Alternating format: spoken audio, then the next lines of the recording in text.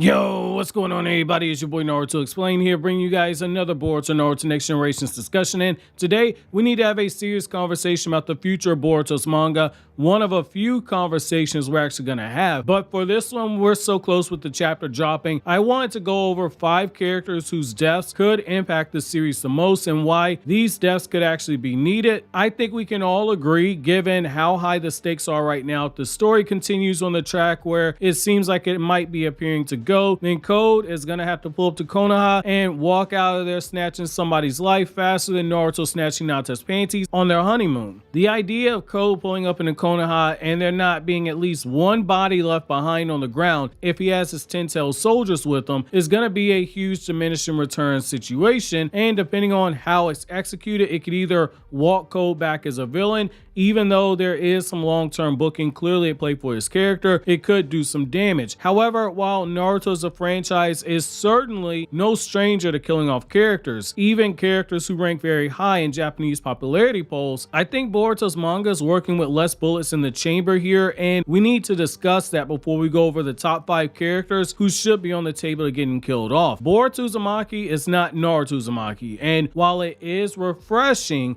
it's important to note that outside of the fans of the franchise, Boruto has not gained strength as a main character who, unlike his father, even when he had stretches where he wasn't the most popular character in his own story, where people like Kakashi and Sasuke beat him out consistently, Naruto in the larger anime community still had a name that held weight. Now, that's not my headcanon either. I actually have data that backs this up. So, for instance, when you look at the Anime Grand Prix poll that Japan does annually, it's a really good gauge on where the Japanese fandom is on a series, and in this case when it comes to different characters. In this year's poll, Kawaki was the only character who was ranked from the new generation, despite Boruto in 2021 getting quite a bit of development during the anime version of the Vessel arc all the way to the first half of 2022, where we saw Boruto as one of the driving forces in the extended anime arc that we had with the Funato arc. Boruto didn't break that list. Kawaki, on the other hand, did, coming in at number 23 on the list, just behind Levi from Attack on Titan. Characters like Shishomaru from Inuyasha/Yashahime still cracked the list. Dead characters like Ting and Uzui from Demon Slayer, they made the list. Gojo, someone who hasn't been in Jujutsu Kaisen's manga for over 2 years now, still cracked the top 3. If you're Masashi Kishimoto, you're running into the problem of 7 years in since Boruto the movie came out, the main character outside of the Boruto fan base hasn't resonated to a point that you need him to if you're going to kill off old generation characters who have way more widespread popularity. The reason Kishimoto could kill off somebody like Gar and leave him dead for 20 chapters in the manga is while Gar was a top 10 character, characters like Kakashi and Naruto, they held more weight than Gar in popularity polls outside of the core Naruto fan base. It's how killing off characters like Itachi, who've been in the top 10, or even top 30 characters like Asuma and Jiraiya and Orochimaru, and especially somebody like Neji, who was inching into the top 10, that's why that could be done, because the core of Team 7 still managed to rank on lists outside of the core Naruto fans. So killing someone in Boruto has to be done carefully if there is a drop payoff in the manga version and if the anime doesn't salvage it like it did with Kurama's death. If that ends up happening, you're in for a world of hurt. Irreparable damage can be done to the franchise. So with that being said,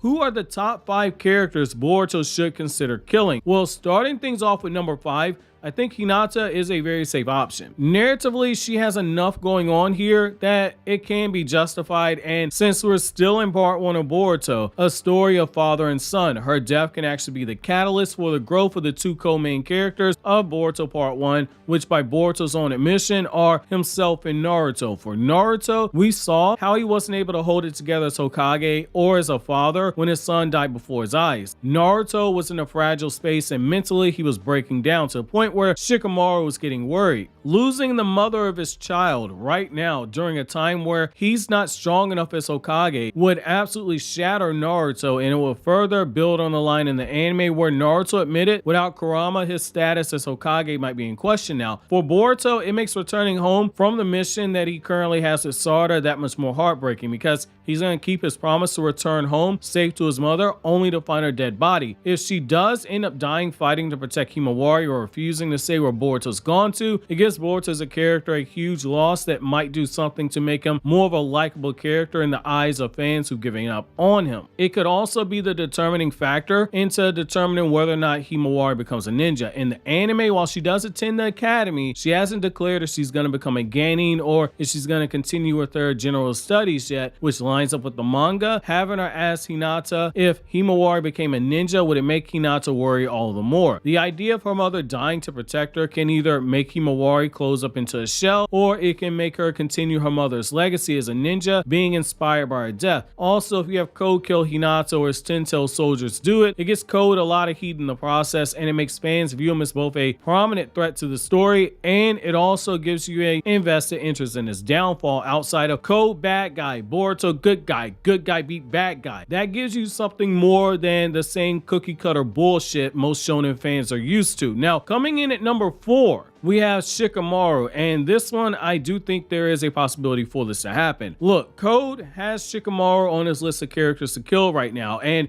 we've had a decent number of red flags for Shikamaru's character in terms of death, even though it's enough so that we can't actually ignore them. The moment he outsmarted Code and he sprang that trap on him, Code went from thinking, I'll hold Shikamaru hostage like he did so Momoshiki could attempt to kill Naruto, to the man just outright said, fam, I'm gonna kill you the next time I see you. The issue I have with Shikamaru dying is that unlike Hinata, where there's actually been some groundwork set for the character fallout and the character interactions after her death, in the form of how her death would affect the futures of Himawari, Boruto, and Naruto in varying ways, from a husband too weak to protect his wife, to a son whose prophecy to lose it all would be beginning, and to a daughter whose death of a parent would influence her choice to become a ninja or not. In the manga, we haven't seen anything from Shikamaru that actually pays this off. Even when we add in the anime where Shikamaru met with the Naruto clan elders about his son's future, that's not enough to justify paying this off. Maybe if you have something to do with Kawaki, but Kawaki's currently outside the village because he's going on that mission with Team 7. I'm not entirely sure how killing Shikamaru off can actually justify a good payoff, but then again, I was actually surprised back in the day with how Asuma's death worked, because at the time in the manga it felt random, but in the anime it added a few small scenes like Shikamaru playing shogi with his dad, where we see Shikamaru actually process the grief, which on top of what the manga always gave us with Shikamaru breaking the news to Kurenai, it at least explained how Shikamaru turned so dark as he did in the manga and seemingly worked through his own grief overnight during that stretch where the guy skipped the funeral, smoked Asuma cigarettes, and planned out a counterattack, and in the days afterwards was training to actually get strong enough to be able to kill Hidan. It was a really great anchor. Perhaps if Shikamaru is shown making some crazy strategy that saves the village, this could work, but he'd also need to be doing something with Mirai, his student, or Shikadai, his son, in order for this to have any real payoff and push the narrative in a different direction. I think Shikamaru is a death candidate. I just don't see how killing him off would actually be done in a good way right now, and I think killing Shikamaru off where there's no real payoff has the potential to turn off a lot of fans. So coming in at number 3, normally this is where I would place Sakura, but since I already made a video devoted to Sakura's death and the narrative impact on it, I'm going to place another character here, and I'm gonna choose Kakashi. Now this is where we start getting into the big balls moment of the story, because Kakashi in Naruto's popularity polls never dropped outside the top 3, and in a lot of those polls he was either the most popular character or he was only ever beaten out by Naruto or Sasuke, and in the broader anime male character polls, he more than once ranked higher than Naruto or Sasuke. Killing Kakashi off in Boruto would be one of our first major signs that no character from the Naruto manga is safe, but we run into the issue of he hasn't been in the manga yet. If you keep Kakashi out the manga for this long, just to have him die when he shows up, that's gonna have to be one very well developed scene, or it's gonna rub a lot of manga readers the wrong way. Now, anime fans would actually take that death easier, because the anime fans have actually seen Kakashi multiple times in the anime, from being the benchmark for the new generation during the academy graduation test, to the time he spent Boruto, to stepping in when he saw a team of promising Genin being wasted and pulling rank to have them handed over to Sai so Sai could place them on the Anbu. Kakashi dying would only work if the anime pulled it off. I get it, the anime and manga are a parallel story, and by Ikimoto's own words, you need to watch the anime to get the full picture since it explores what the manga can actually do, but this wouldn't accomplish what you have in, say, Jujutsu Kaisen or Demon Slayer or even Hiro Mashima's Eden Zero, which a lot of people incorrectly say is Fairy Tail 2.0, where in Eden Zero and those other stories, characters can get killed off in heartbreaking ways that push the narrative forward and change the people that make up the main cast. At number 2, we're going to continue going into dangerous territory by killing off Sasuke. Now, this one is one I think most fans believe is going to happen at some point, and as we gotten closer to Boruto's time skip, the death flags have continued to pop up, and I think the fandom's actually prepared for Sasuke dying. We've had Sasuke, when talking to Boruto, about Boruto having the courage of his conviction to allow Kawaki to kill him in order to protect the village. That was followed up with Sasuke saying that he would be the next one to prove his love and devotion for the village. He is also one of the main people responsible for Ishiki's death. While Ishiki did turn the man into a walking surfboard, he still played a role of getting Kawaki away from Ishiki long enough to run up the clock for Ishiki to die. Sasuke dying narratively has impacts on Naruto, who went to hell and back to bring his friend back from the darkness, and it'd be Sasuke going from disputing his best friend's vision for Hokage to showing the greatest possible support by offering his life up to protect the village that his best friend is actually the Hokage for. We'd also have an opportunity to pay off the scene from the Naruto Resident novel where Hinata tells Sasuke if he did something reckless to get himself killed and it ended up being something done for Naruto, she'd be worried about her husband's mental state of mind, because if that happened, it would destroy Naruto. And given how Naruto reacted to Boruto's death, that actually proves that she's right. Due to that Astra and Indra connection, Sasuke's death would mess with Naruto on a deeper level than any of us might actually have thought about. For Boruto, it's a good way to explain why he got Sasuke's sword and his cloak. It's also a good way to have Boruto fully inherit Sasuke's ninja way as the Shadow Hokage and allow him to fully see what comes to those who choose to be the Shadow Hokage, which is ultimately death. While we wouldn't get a manga training arc, as I've said before, we've seen Sasuke train Boruto in the Chunin exams and in the novels. When you add that up, we've actually seen Sasuke train Boruto more than we saw Naruto get trained by Jiraiya. Hey!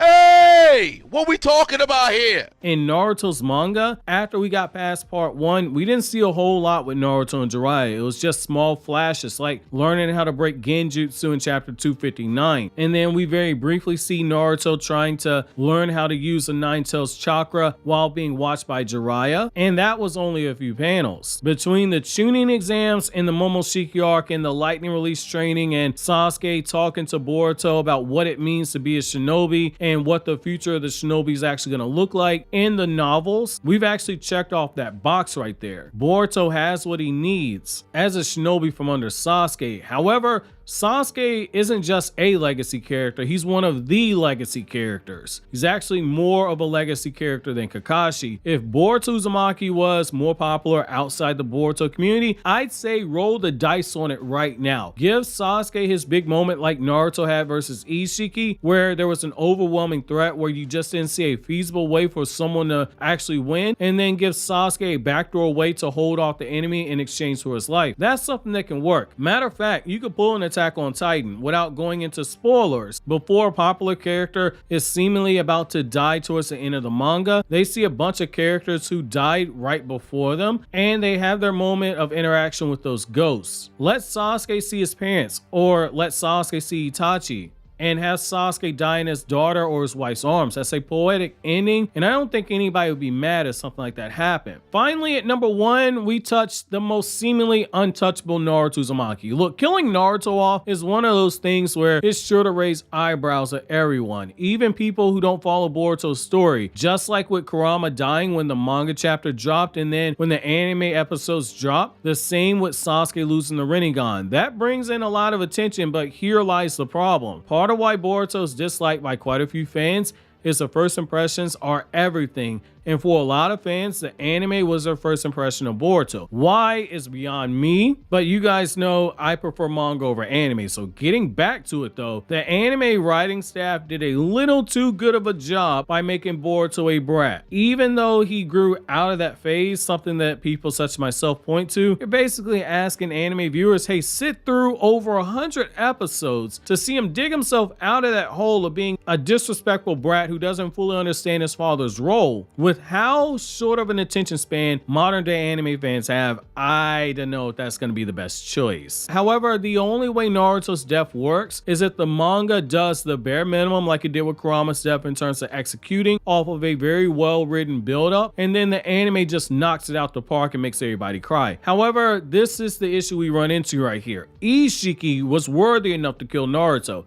I think we all can agree on that. He was the superior to Kaguya. He had a menacing threat about him. It makes sense for him to do it, especially after Jigen bodied Naruto and Ishiki just outright humiliated Naruto. However, this is different. Code has not earned that right. Neither has a Ten-Tailed soldier. I strongly believe the only characters who have that right are Momoshiki in control of Boruto's body and Kawaki. With Momoshiki, it pays off the fact that Momoshiki, when he sensed Naruto was coming, didn't want to fight him alone. Momoshiki saw Naruto can't actually kill his son. He can't even fight against his son, and he tried to use that against him. Sure, that works, and it makes Momoshiki's prophecy to Boruto hold that much weight because it will be Boruto being forced to kill his father. That would be heartbreaking. Now, with Kawaki, requires more, and it would have to be something that's done after the time skip. Narratively, it don't work right now. It would be horrible writing if it happened right now. Have we seen Kawaki surpass Naruto in power? Absolutely. Did Shikamaru say that Kawaki's the strongest person in the village? Absolutely. Kawaki killing Boruto did make for a change,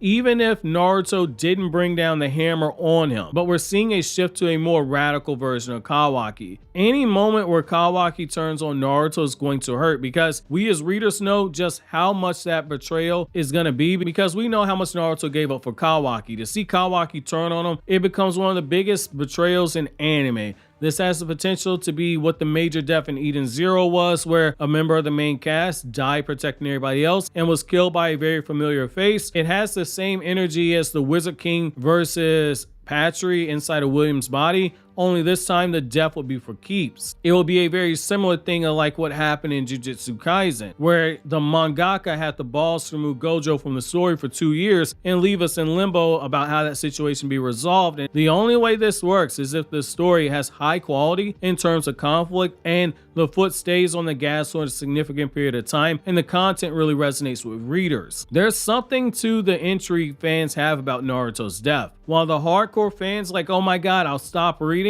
to this day, Boruto's highest selling manga volume remains Boruto Volume 1, and that was driven by the whole thing of what happened to Konoha and is Naruto dead or alive. And the sales for Volume 1 and every other Boruto manga volume is not even close. The only way this works is if there's quality, just as how Jujutsu Kaisen went up in quality after Gojo was written out, and just as Eden Zero went up in quality after the major death that occurred. Boruto would have to do the same thing for this to work. That being said, who are your top 5 characters you think should die in Boruto? While you think that over, click here to watch my Chainsaw Man Chapter 104 review, and click here to watch my Strongest in Naruto video on the Otsutsuki clan.